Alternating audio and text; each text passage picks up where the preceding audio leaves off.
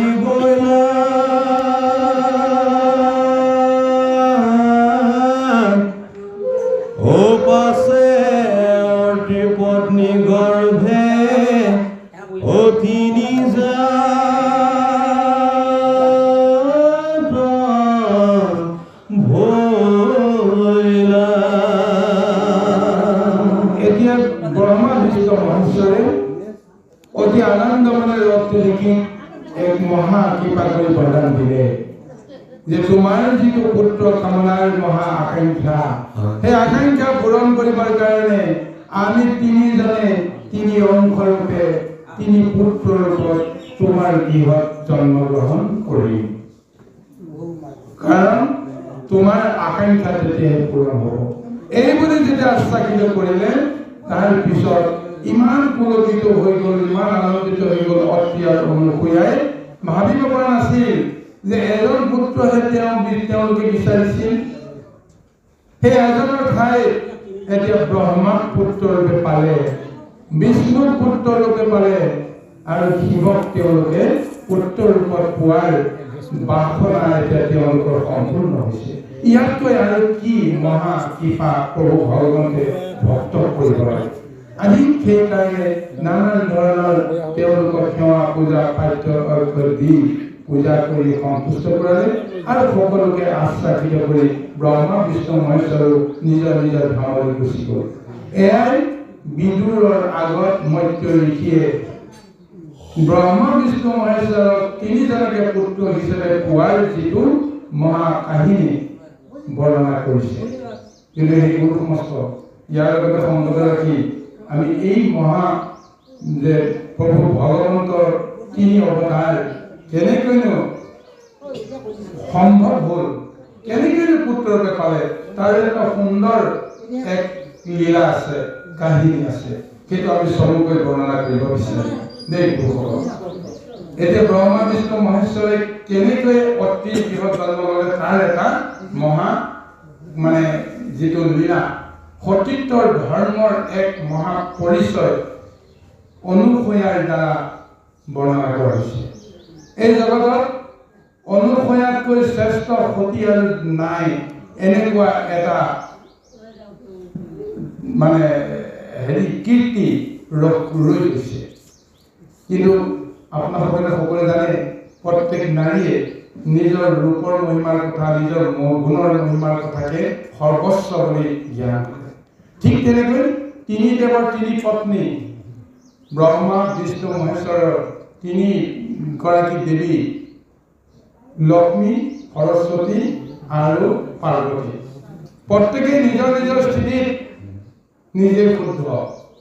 প্ৰত্যেকে ভাবে মই জগতৰ শ্ৰেষ্ঠ সতী। আপোনাৰ লক্ষ্মীও কয় মোতকৈ সতী জগতত নাই, পাৰ্বতীও কয় মোতকৈ সতী নাই, সৰস্বতীও কয় মোতকৈ সতী নাই। তিনিজনৰ মাজতে বিবাদ আহি গৈছে। সেইখিনি সময়তে নাৰদৰ প্ৰৱেশ। নাৰদে উপলুঙা কৰি তেওঁলোকক ক'লে, কি কথাত আপোনালোকে কাজিয়া লাগি আছে, বিতৰ্ক কৰি আছে? তেতিয়া কৈছে, এই নাৰদ তুমি কোৱাচোন বাৰু। তিনিগৰাকী নাৰদকে কৈ আছে যে মোতকৈ শ্ৰেষ্ঠ সতী কোন আছে জগতত, তুমি কোৱাচোন। লক্ষ্মীয়ে কৈছে আৰু সৰস্বতীও কৈছে, বা তুমি ভালকে কোৱা মোতকৈ কোন ডাঙৰ সতী আছে। দুৰ্গাও কৈছে সেই একেটাই কথা। লাষ্টত কি বুলি সমিধান দিলে নাৰদে জানে যে আপোনালোকে মিছাই কাজিয়া কৰি আছে, আপোনালোকতকৈ ডাঙৰ সতী জগতত আছে, গতিকে শ্ৰেষ্ঠ সতী আপোনালোকেতো হ'ব নোৱাৰে যে আপোনালোকতকৈ শ্ৰেষ্ঠ সতী আন কোনোবা এগৰাকী। তেতিয়াতো তেওঁলোকে আচৰিত, কি কথা, আমাতকৈ কোনোবা সতী আছে, কোন আছে কোৱা। তেতিয়া কৈছে যে অতি ঋষিৰ পত্নী যাৰ নাম অনুসূয়া, সাধাৰণ এগৰাকী ঋষিৰ পত্নী, সেইগৰাকীৰ সমান সতী এই জগতত আৰু কোনো নাই। তোমালোকে মিছাই কাজিয়া কৰি আছা। তাৰপিছত সঁচাকৈ যদি অতি ঋষিৰ পত্নী অনুসূয়া যদি সতী হয়, তেতিয়াহ'লে তোৰ ডাঙৰ কথা হ'ব, আমাৰ কীৰ্তি নাইকিয়া হ'ব। গতিকে তেতিয়া কৈছে যদি সেই অনুসূয়া সতী হয়, তোমাৰ মতে সতীৰ হস্ত হ'ব লাগিব। সতীত্ব নষ্ট কৰিবৰ কাৰণে তুমি কিবা এটা উপায় কৰিব। নহ'লে কৈছে মই একো উপায় কৰিব নোৱাৰোঁ, যি কয় আপোনালোকে কওক, ইয়াৰ মাজত মোক নোসোমাব। নাৰদ গুচি গ'ল হাঁহি মুখে। তাৰপিছত তেওঁলোকৰ নিজৰ নিজৰ স্বামীসকলক লৈ এতিয়া উতুৰি আছে। লক্ষ্মীয়ে কৈছে বিষ্ণুক যে মোতকৈ কেনেকৈ অনুসূয়া সতী হ'ব পাৰে, যদি সতী হয় সেই সতীত্বটো যেনেকৈ নহওক তাক নাশ কৰিব লাগিব। যেনে ১ নম্বৰ ৰোল নম্বৰ যাৰ সেইটো যদি কিবা কাৰণত যদি ক্লাছৰ পৰা নাইকিয়া হৈ যায়, দ্বিতীয়জনে এক নহ'ব জানো? গতিকে অনুসূয়াক যিকোনো প্ৰকাৰে সেই 1 নম্বৰ আসনৰ পৰা নমাব লাগিব, তেতিয়া আমি নিজেই 1 নম্বৰ আসনত উপস্থিত হওঁ। এনেকুৱা এটা বুদ্ধি কৰিছে। এতিয়া ঠিক তেনেকৈ শিৱৰ ওচৰত ব্ৰহ্মাৰ ওচৰতো প্ৰত্যেকে নিজৰ নিজৰ ভাষা কেইগৰাকী খাটনি দিছে। এতিয়া ব্ৰহ্মা বিষ্ণু মহেশ্বৰে চিন্তা কৰিছে যে কি কৰা যায়। এওঁলোকৰ লগতো কাজিয়া লাগি লাভ নাই।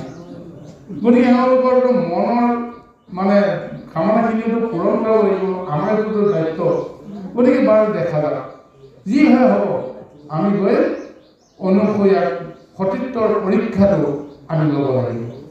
আৰু তেওঁলোকক সঁচাইছে যে কিবা প্ৰকাৰে হ'লেও অনুসূয়াৰ সতীত্বটো নাশ কৰিব লাগিব। তাৰপিছত ব্ৰহ্মা বিষ্ণু মহেশ্বৰ ব্ৰাহ্মণৰ ৰূপত গৈ অত্ৰি ঋষিৰ আশ্ৰমত উপস্থিত হ'ল। ব্ৰাহ্মণ ব্ৰহ্মাও নাই, বিষ্ণুও নাই, শিৱও নাই, তিনিজনে তিনিটা ব্ৰাহ্মণৰ দেশ লৈ গৈ উপস্থিত হ'ল। তাৰপিছত সেইখিনি সময়ত অত্ৰি ঋষি ধ্যানত আছে, সমাধিত আছে। অনুসূয়া অকলশৰে আশ্ৰমত আছে। তেওঁ আশ্ৰমত যেতিয়া তিনিজন ব্ৰাহ্মণক যেতিয়া দেখিছে, যে ব্ৰাহ্মণক তেওঁ কি কৰিছে, আদৰ সাদৰ কৰি মানে সেৱা কৰিবলৈ কাৰণে প্ৰযত্ন কৰিছে। তাৰপিছত অনুসূয়াই কৈছিল যে আপোনালোকে খন্তেক লওক, মই ভিতৰত যি আছে মই আপোনালোকৰ কাৰণে আপ্যায়নৰ ব্যৱস্থা কৰোঁ। তেতিয়া লগে লগে এই তিনিজন ব্ৰাহ্মণে ক'লে যে আপুনি যে আমাক যে দান দিব বিচাৰিছে, ভোজন কৰিব বিচাৰিছে, আমি ভোজন কৰিম, কিন্তু আমি কি ভোজন কৰিম জানা? যে আমি নিৰ্গুণ ভোজন কৰিম, মায়াহীন ভোজন কৰিম। তুমি মায়া ত্যাগ কৰি আমাক যদি ভোজন কৰাব বিচাৰা, তেতিয়াহ'লে আমি তোমাৰ ভোজন গ্ৰহণ কৰিম, নহ'লে আমি গ্ৰহণ নকৰোঁ। তেতিয়া অনুসূয়াই ঠকমক খাইছে, ভালকৈ বুজাই কওকচোন। যে তেতিয়া কৈছে যে এগৰাকী নাৰীয়ে, এগৰাকী মনুষ্যই যিটো ৰূপত জন্মগ্ৰহণ কৰে, সেইটো ৰূপে তুমি আমাক আহাৰ বা অন্ন আমাক যদি দান দিয়া, আমি তেতিয়াহে গ্ৰহণ কৰিম। অৰ্থাৎ নিজৰ মায়াৰ প্ৰতি অভিমান নাথাকিব লাগিব, দেহৰ প্ৰতি অভিমান শূন্য এক অৱস্থাৰে আমাক দান দিব লাগিব। গতিকে সমস্ত বস্ত্ৰ ত্যাগ কৰি তুমি আমাক ভোজন কৰাব লাগিব। এইটো ভোজনৰ নাম হৈছে নিৰ্বাণ ভোজন। গতিকে নিৰ্বাণ ভোজন যদি কৰাব বিচাৰে তেতিয়াহ'লে কৰিম। তেতিয়াতো অনুসূয়াই ভাবি দিছে, মই ডাঙৰ কথা হ'ল, মই এগৰাকী গৃহস্থী, সাংসাৰিক এগৰাকী নাৰী, সাংসাৰিক এগৰাকী নাৰীয়ে বিষয়ৰ লগত সম্বন্ধ ৰাখি কোনো কাৰণতে নিজৰ গুপ্ত অংগ পৰপুৰুষক দৰ্শন কৰাটো উচিত নহ'ব। যেতিয়া এগৰাকী নাৰীয়ে নিজৰ গুপ্ত অংগ পৰপুৰুষক কিবা কাৰণত যদি দৰ্শন কৰাব লগা হৈ যায়, তেওঁৰ সতীত্ব নাশ হৈ যায়। তেতিয়া তেওঁ নিজে চিন্তা কৰে, মই যদি এগৰাকী সতী নাৰী হয়, তেতিয়াহ'লে কিবা প্ৰকাৰে ব্ৰাহ্মণকো মই তুষ্ট কৰাব লাগিব, কেনেকৈ কৰিম চিন্তা কৰি আছে। তাৰপিছত তেওঁ ভাবিলে হ'ব, ব্ৰাহ্মণক সন্তুষ্ট কৰাটো 1 নম্বৰ কথা, যে আপোনালোকে খন্তেক লওক, আপোনালোকে ভগাই ল'লে মই আপোনালোকক ভোজন কৰাম। তেওঁ বাক্য দি ভিতৰলৈ গ'ল। অত্ৰি ঋষি সাধনাত তেওঁ তেতিয়া সমাধিস্থ হৈ আছে। তেওঁতো সুধিব নোৱাৰে, তেওঁৰ পৰা অনুমতি ল'ব নোৱাৰে। আৰু স্বামীৰ বিনা অনুমতিত কোনো ভাতৃ সতী নাৰীয়ে কোনো এটা কৰ্ম তেওঁ কেতিয়াও কৰিব নোৱাৰে। এতিয়া তেওঁ কি কৰিলে? তেওঁ স্বামীৰ চৰণকে সেৱা কৰি স্বামীৰ কমণ্ডলটোকে হাতত লৈ লাহেকৈ ওলাই আহিছে। তাৰপিছত ঈশ্বৰক ধ্যান কৰি তেতিয়া সেই তিনিজন ব্ৰাহ্মণক তেওঁ এনেকুৱা এটা মহিমাৰে কি কৰি পেলালে, তেওঁ যেতিয়া স্তুতিমন্ত কৰি সেই কমণ্ডলৰ জল তেওঁলোকৰ মানে দেহত যেতিয়া ছটিয়াই তেওঁ কৰে, যদি মোৰ সতীত্বৰ মহিমা আছে, এই মুহূৰ্ততে তোমালোক তিনিজন দিগম্বৰ শিশু হৈ পৰা। লগে লগে ব্ৰহ্মা বিষ্ণুৰ ৰূপ সলাই তিনিটা কেঁচুৱা হ'বৰ কাৰণে বাধ্য হৈ গ'ল। তিনিটা কেঁচুৱাই যেতিয়া তেওঁ স্বাভাৱিকভাৱে শিশুৰ যিটো আচৰণ, কান্দি কান্দি চিঞৰি চিঞৰি যেতিয়া গাখীৰ বিচাৰে, আহাৰ বিচাৰে, তেনেকুৱা এটা ৰূপ লৈ যে বস্তু হৈ আছে। আৰু আনন্দমনে তিনিটা কেঁচুৱাক সাৱটি ধৰি অত্ৰি ঋষিৰ পত্নী অনুসূয়াই স্তনপান কৰি আছে। গতিকে মনৰ বাচ্চাবিলাক পূৰ হ'লে নাই। আৰু সেইখিনি সময়ত ধ্যান ভংগ হৈ গৈছে অত্ৰি ঋষি। অত্ৰি ঋষিয়ে যেতিয়া ওচৰলৈ আহি দেখিছে যে কি আচৰিত ঘটনা, অনুসূয়াই কৰিছে হে প্ৰিয়ে, তুমি কোৱাচোন কি হ'ল, ক'ৰ শিশু পালা, ক'ৰ সন্তান তুমি স্তনপান কৰি আছা। তাৰপিছত অনুসূয়াই মিচিকে হাঁহি মাৰি তেওঁ ক'লে, হে স্বামী, মোক আৰু প্ৰশ্ন কৰিব নালাগে, আপুনি সৰ্বজান, কি হৈ আছে কি হোৱা নাই আপুনি সমস্ত জানে। আপুনি বিলম্ব নকৰি এই মুহূৰ্ততে চাই চিতি নামাকৰণ কৰক, কাক কি নাম দিলে ভাল হয়। অত্ৰি ঋষি অতি সন্তুষ্ট মনে আনন্দ মনে এতিয়া যে ইয়াৰ আগত পদে যিখিনি কৈ দিলে যে তিনিজনেতো আশীৰ্বাদ দিছিল যে আমি তিনিজনে তোমাৰ পুত্ৰ হৈ জন্মগ্ৰহণ কৰি তিনি অংশে আহি, তাৰ পিছতে সমস্ত কথা যেতিয়া ধ্যানত আহি গ'ল, লগে লগে অত্ৰি ঋষি আনন্দ মনেৰে তেওঁলোকক চাই মেলি কোনজন বিষ্ণুৰ পৰা আহিছে, কোনজন ব্ৰহ্মাৰ পৰা আহিছে, কোনজন শিৱৰ পৰা আহিছে চিনাক্ত কৰিলে। চিনাক্ত কৰি নামকৰণ কৰিলে। বিষ্ণু অংশে যিজন আহিল সেইজনৰ নাম দিয়া হৈছে দত্তাত্ৰেয়। আৰু ব্ৰহ্মাৰ অংশে যিজন আহিল তেওঁক নামকৰণ কৰা হৈছে চন্দ্ৰ। আৰু শিৱৰ অংশে যিজন আহিল সেইজনক কোৱা হৈছে দুৰ্বাসা। এই দত্তাত্ৰেয়, চন্দ্ৰ আৰু দুৰ্বাসা ব্ৰহ্মা বিষ্ণু মহেশ্বৰৰ তিনিটা ৰূপ। আজি অত্ৰি ঋষিৰ পুত্ৰ হিচাপে তেওঁলোকে এনেদৰে অৱতাৰ ধাৰণ কৰিলে। আৰু ইফালে কি হ'ল চাওক, এইফালে লক্ষ্মী সৰস্বতী আৰু পাৰ্বতীয়ে ভাবি আছে কোন মুহূৰ্তত শুভ বতৰাটো আহে। কাৰণ ব্ৰহ্মা বিষ্ণু মহেশ্বৰে যেতিয়া কাৰোবাক যি অৱস্থাতে তেওঁলোকে আশা নকৰক কিয় সেইটো সম্পূৰ্ণ হ'ব। অনুসূয়াৰ সতীত্ব ভংগ হোৱা, নষ্ট হোৱাৰ বতৰাটো কোন সময়ত পাম বুলি আশা কৰি থাকোঁতে নাৰদে আহি ক'লে যে লাভ নাই, এতিয়া আৰু তোমালোকৰ স্বামীক আৰু তোমালোকে নোপোৱা। উদ্দেশ্যটো তেতিয়া পিছত বুজাই দিলে, ক'লে যে কোৱা কাৰণটো কি, কৈছে এতিয়া তোমালোকে অনুসূয়াৰ সতীত্ব ভংগ কৰিবৰ কাৰণে, নষ্ট কৰিবৰ কাৰণে পঠিয়াইছিলা। এতিয়া তোমালোকৰ স্বামীসকলক বান্ধিবলৈ যোৱা যে কি ৰূপত বান্ধিলে, নিজৰ কলেবৰ নাইকিয়া হৈ গ'ল, বোলে শিশু ৰূপ লৈ আছে, অনুসূয়া বোলে গাখীৰ লৈ আছে, এতিয়া আৰু নোপোৱা তোমালোকৰ স্বামীসকল। তেতিয়াহে লক্ষ্মী সৰস্বতী পাৰ্বতীয়ে হাহাকাৰ কৰি আছে, কি মহা ভুল কৰিলো এতিয়া, আমি যে স্বামীকো হেৰুৱালো, নিজৰ সতীত্বটোকো আমি প্ৰকাশ কৰিব নোৱাৰিলো, এতিয়া কি কৰিব। উপায়ন্তৰ হৈ সমস্ত আহি অত্ৰি ঋষিৰ গৃহত উপস্থিত হৈ অনুসূয়া দেৱীক কাতৰ অনুৰোধ কৰিছে যে কিবা এটা কৰি খা, আমি তোমাৰ সতীত্বক আমি স্বীকাৰ কৰিছো, তুমি আমাৰ স্বামীসকলক মুক্ত কৰি দিয়া। তাৰ পিছত অত্ৰি ঋষিয়ে কৈছে, অনুসূয়াই কৈছে আপোনাৰ স্বামী মুক্ত কৰি দিয়াৰ অধিকাৰ মোৰ নাই, তেওঁ যিটো ভাবে তেওঁলোকে সেইটোৱে সম্ভৱ হয়, মোক কৰিব লগা কি আছে। তাৰ পিছতে অনুসূয়াৰ এই ভক্তি ভৰা যিখিনি বচন শুনিলে, লগে লগে স্বয়ং প্ৰভু ভগৱন্তৰ সেই তিনি মূৰ্তি তেওঁলোকেতো ইচ্ছাধাৰী এটা কলেবৰ হৈ আছে, যেতিয়া যি ইচ্ছা সেই ৰূপটোকে তেওঁলোকে ল'ব পাৰে। তেতিয়া পুনৰ নিজৰ নিজৰ অৱস্থালৈকে আকৌ আহিল। অহাৰ পিছত এতিয়া সকলোকে এই জ্ঞানটো দিলে যে নিজক লৈ অহংকাৰ কৰা কি ফল, সেই ফলটো এতিয়া লক্ষ্মী সৰস্বতী আৰু পাৰ্বতীৰ জৰিয়তে আমাক প্ৰদান কৰিছে। আৰু এতিয়া তেওঁলোকে ক'লে যে মই যে বা আমি যে তোমাৰ পুত্ৰৰ পৰা আহিলো, এই পুত্ৰৰ ওপৰত আমি আছোৱেই। আৰু লক্ষ্মী সৰস্বতী পাৰ্বতী আমি যে স্বামী হিচাপে তেওঁলোককো যে সন্তুলিত কৰিব লাগে, আমিও এইটোৰ ওপৰত আছো। গতিকে আমাৰ ইচ্ছা অনুসৰি আমি আমাক যিসকলে সন্তুষ্ট কৰিব পাৰে আমিও তেওঁলোকক সৰ্বস্ব দিয়ে সন্তুষ্ট কৰিব লাগিব।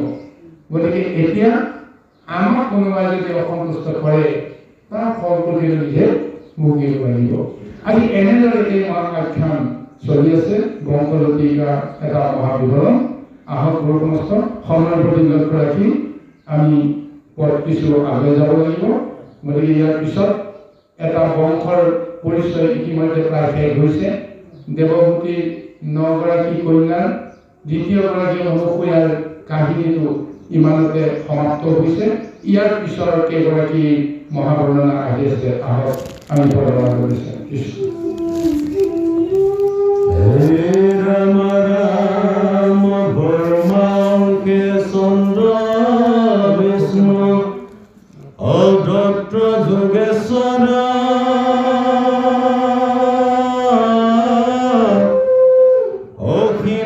অখিবৰংখে জন্মিলা দূৰ বাসামনি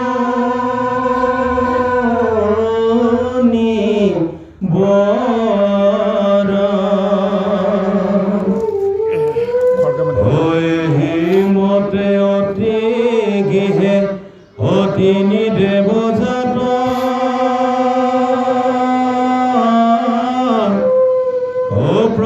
অপ্ৰপঞ্চিয়া কৈলো কথা তোমাৰ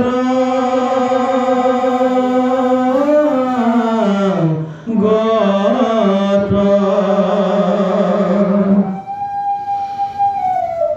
শুনিয়া বিদুৰ মহা আনন্দ লভিলা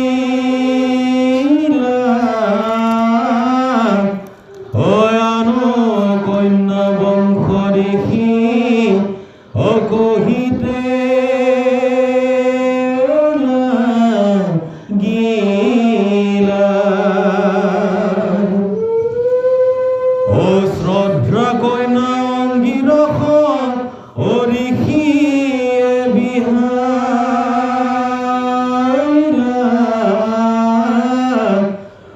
চাৰি কন্যা দুই পুত্ৰ আনন্দে মাইলা অঘিনিবাসী কোহৰাখা আৰু অনুমতি অবৈলা দুই প্ৰণয় তথ্য বৃহস্পতি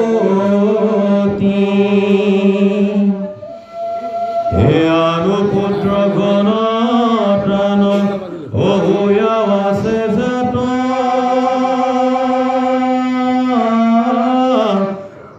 চাৰো সুখ মনুকালে হৈ আছে প্ৰখ্যাত।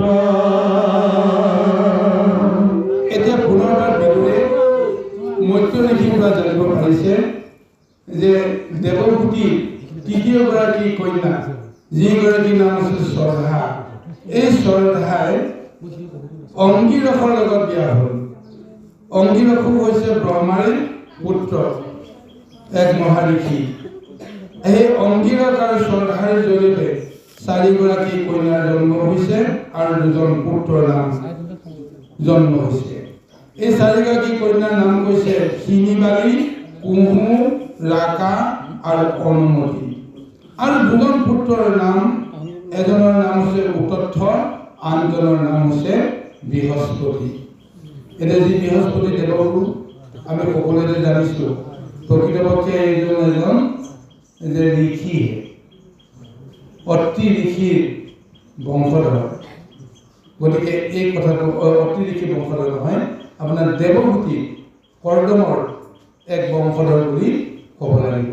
অংগীৰসৰ পুত্ৰ, গতিকে সেই বৃহস্পতি, গতিকে দেৱগুৰু হয় বৃহস্পতি, উতথ্য আৰু বৃহস্পতি। গতিকে এই বৰ্ণনাখিনি এনেই অনা নাই, নিশ্চয় এই বৰ্ণনাৰ মাজত মহত্ব শক্তিসমূহ ক'ত কেনেকৈ জড়িত হৈ আছে, এইখিনি এটা সুন্দৰভাৱে এটা দৰ্শন দিব পাৰে। আৰু ইয়াৰ পিছত পুনৰ কৈছে মহিলা দুই তলৰ বৃহস্পতি উতথ্য আনো পুত্ৰ গণতান হৈ আছে জাত, চাৰো শিক্ষক মনকালে হৈ আছে প্ৰখ্যাত। ঠিক তেনেদৰে অন্যান্য পুত্ৰসকলৰ চাৰুচিক মনো তৃতীয় মনৰ দিনত তেওঁলোকৰ মহা যিখিনি বৰ্ণনা সেই বৰ্ণনাখিনি পোৱা গৈছে। আহক ইয়াৰ পিছত আৰু এগৰাকী কন্যা, সেইগৰাকী কন্যাৰ বিৱৰণবোৰ দিছে। হে ভুনমতা কন্যা অকুল ছবিহাইলা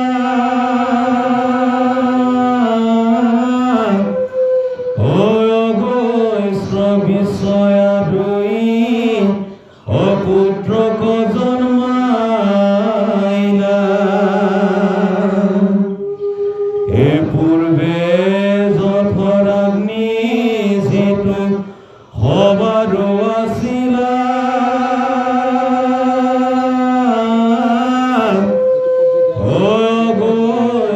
স্বৰূপে আহি অতেহেতে জন্মিলা।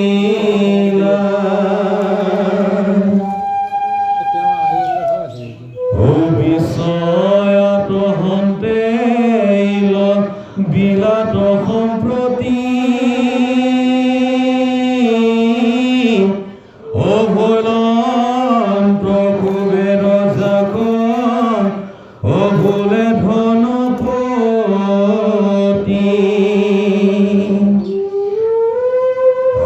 আৰু ভাজ্যা কিখে নিত ভৈলা তিনিজন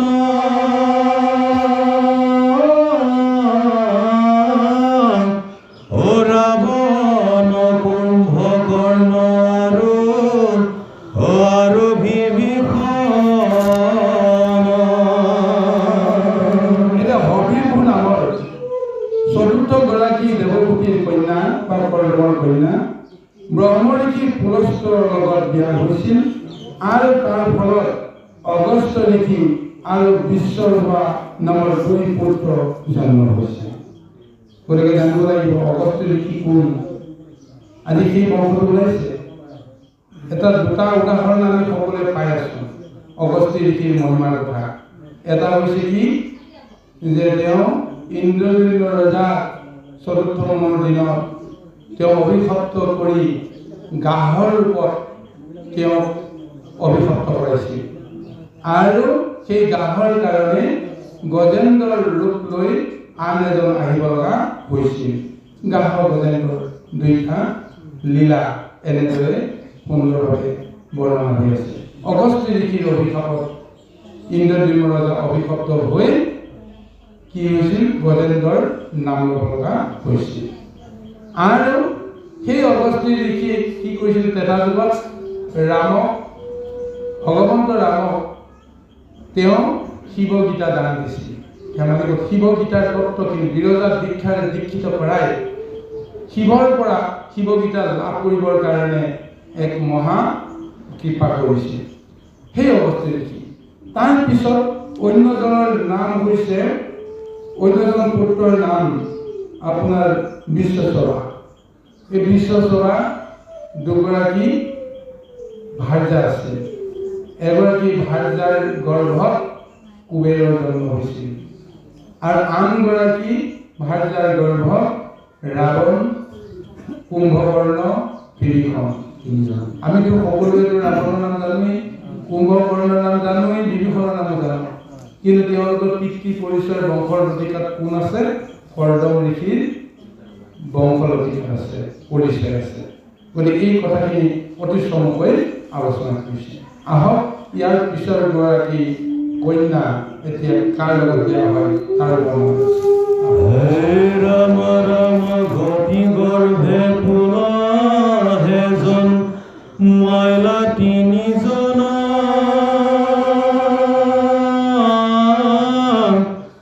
অকৰ্ম শ্ৰেষ্ঠ বৰিয়ান অসহিষ্ণু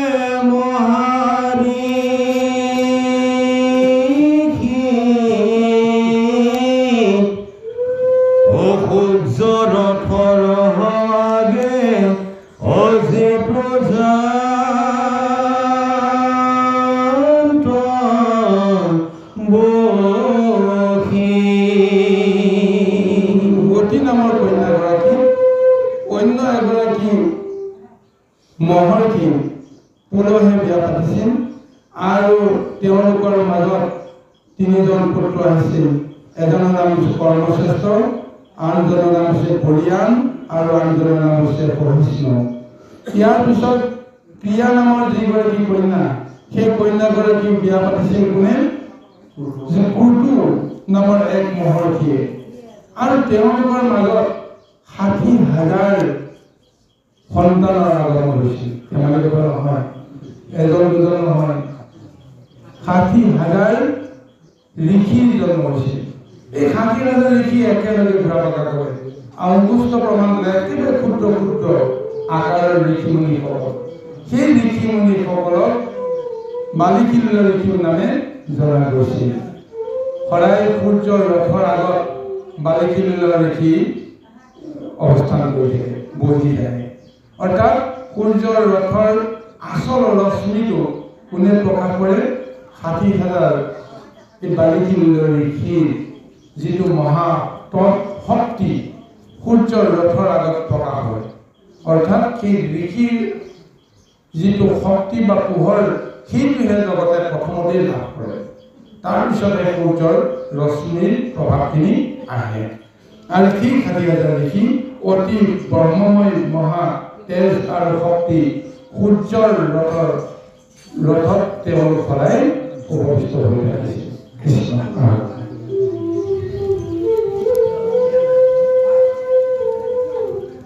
হে কন্যা বিবাহিব শ্ৰমণি বৰ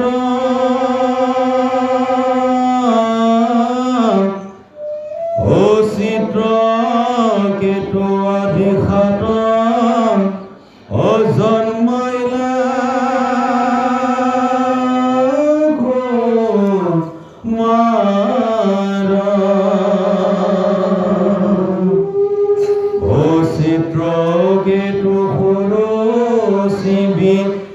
ৰজা মিত্ৰতাৰ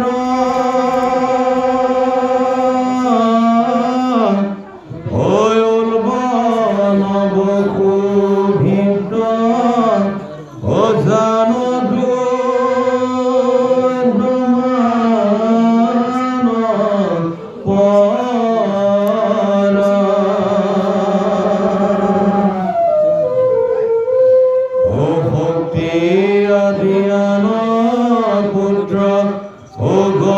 জন্মাইল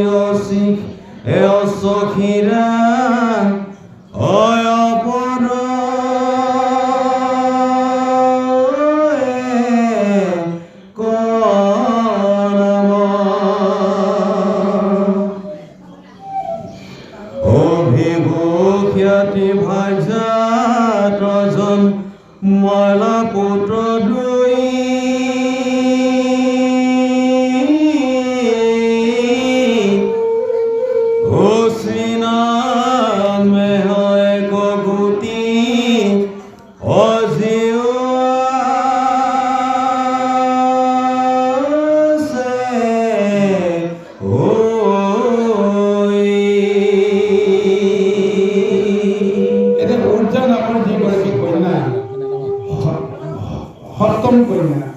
এই উৰ্জা নামৰ কন্যাগৰাকী বশিষ্ঠ মুনিয়ে বিয়া পাতিছিল আৰু তাৰ ফলত তেওঁলোকৰ মাজলৈকে আহিল চিত্ৰকেতুকে আদি কৰি 7জন পুত্ৰ আৰু সেই 7জন পুত্ৰ বিশেষকৈ চিত্ৰকেতু গন্ধৰ্বৰ ৰজা বুলি সকলোৱে জানে।